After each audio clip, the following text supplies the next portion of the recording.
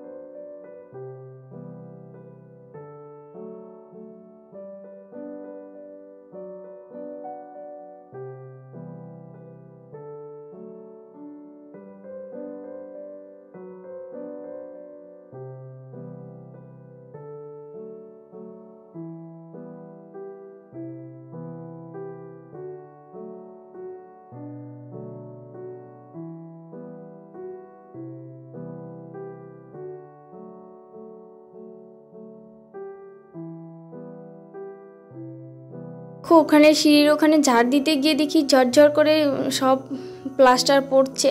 তো অনেক দিনকার মনে হয় এটা কোয়ার্টার তৈরি করা।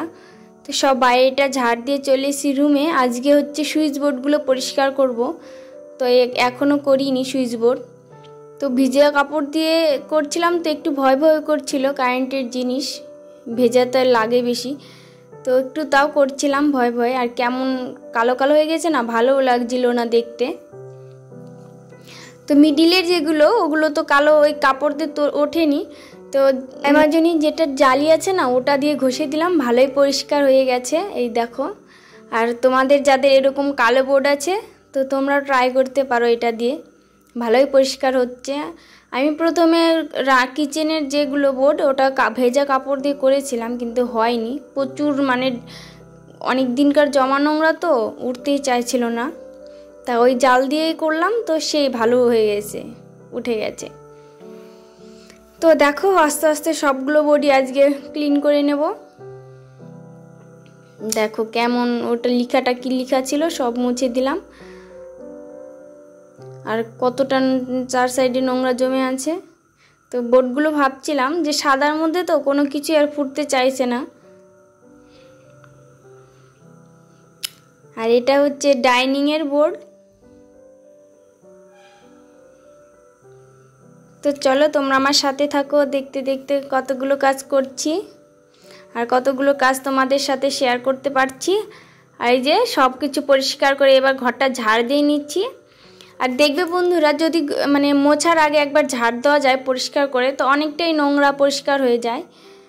তো যদি যেদিন অসুবিধা হয় হয়তো ঝাড় মোছার, যে অনেকটাই কাজ থাকে মুছতে পারলাম না, তো সেদিন ভালো করে কেচে পরিষ্কার করে ঝাড় দিলেই না অনেকটা নোংরা কমে যায়।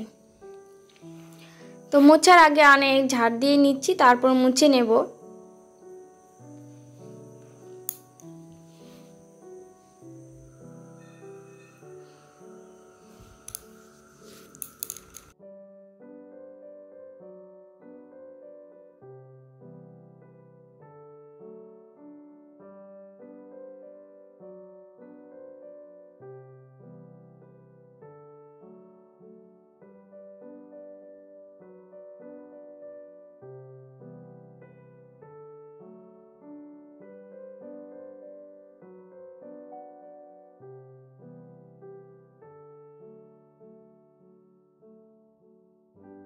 তোমাদের সাথে গল্প করতে করতে আমার অনেকগুলো কাজ হয়ে গেল, ঘর মোছা হয়ে গেল।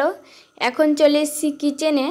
তো যেগুলো সকালে থালা বাসন ধুয়েছিলাম ওগুলো ভালো করে যার যার জায়গায় রেখে দিচ্ছি, আর সবজিগুলো কেটে নিচ্ছি। আজকে আমাদের রান্না হবে ঘ্যাট আর হচ্ছে আলু দিয়ে পটল দিয়ে মাছের ঝোল হবে। 3 পিস মাছ আছে তাই দিয়ে ঝোল হবে। আর চালও অনেকটা বাড়ন্ত হয়ে গেছে, আনতে হবে। জানো তো বন্ধুরা, কোনো কিছু নেওয়ার আগে নিয়ে তারপর আগটা রাখতে হয়, তাহলে আর কোনো কিছুরই অভাব হয় না, সেটা আমার মা বলেছে। তার জন্য চাল নেওয়ারও পরে 3 বার রেখে দিতে হয় অল্প অল্প করে, তাহলে আর কখনো মানে ভান্ডার খালি হয় না। তো সবাই জানো সেটা হয়তো, তাও বলে দিলাম। তো কেমন হয়েছে আমার মাছের ঝোল আর ঘ্যাট?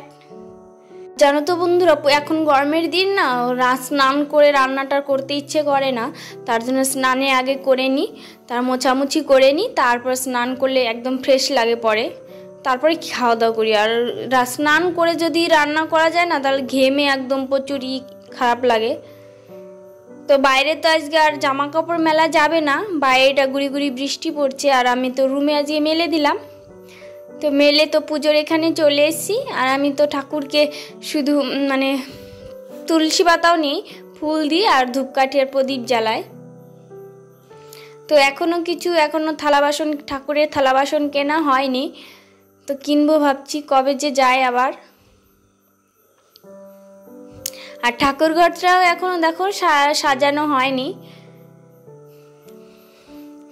কী থেকে কী করবো নিজেও জানি না। তো এদিকে খাওয়া দাওয়া কমপ্লিট হয়ে গেছে, একটু মুছে নিলাম। আর এখন সময় হচ্ছে 4টে বেজে গেছে। তো ভাবলাম যে কি করব, জানলার ধারে বসে বসে বেদানাটা খাই। তো অনেক দিন থেকে বেদানাটা খাওয়া হচ্ছে না। আর দেখবে বেদানাটা বেশি দিন থাকলে ওপরে মনে হয় ভালো দেখা যায়, কিন্তু ভেতরে পচে যায়। আর দেখো একটু একটু করে ঘরে ডেকোরেশন করছি। আজকে একটা নতুন জিনিস বানিয়েছি, তো ভাবলাম কোথায় টানাবো, বেডরুমে এটা টানিয়ে দিলাম। আর উলো তো আনিনি, আর এখান থেকে কোথায় থেকে কিনবো সেটাও জানি না। তো ব্যাগের মধ্যেই ছিল, তাই ওটা দিয়ে ভাবলাম একটা কিছু করি।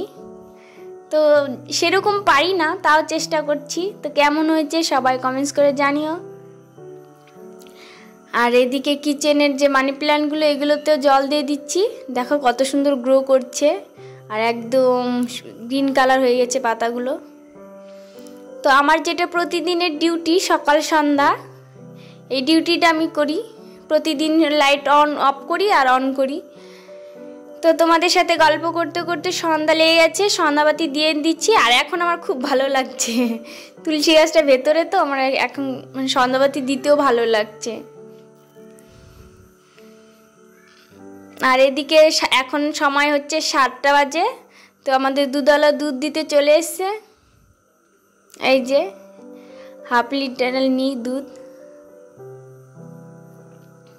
এখানে 60 টাকা কিলো দুধ। আর রাতের এখন হচ্ছে আমাদের একটু কিছু খাওয়া দাওয়া হবে, শুকনো কিছু। তো মুড়ি মাখা হবে। আর ওপরে যে দুটো দাদা থাকে, তো আমার বরমাসে ওখানে নিয়ে যাবে মুড়ি মেখে। আর সবাই ওরা মানে মুড়ি টুড়ি ওদের নেই, তো এখান থেকেই নিয়ে যাচ্ছে। আর আমি তো একটু রেখে দিয়েছি, তো আমি নিজেই খাচ্ছি। তো সবাই ভালো থেকো, সুস্থ থেকো, টাটা, গুড নাইট সবাইকে। দেখা হচ্ছে পরের ব্লগে। সাথে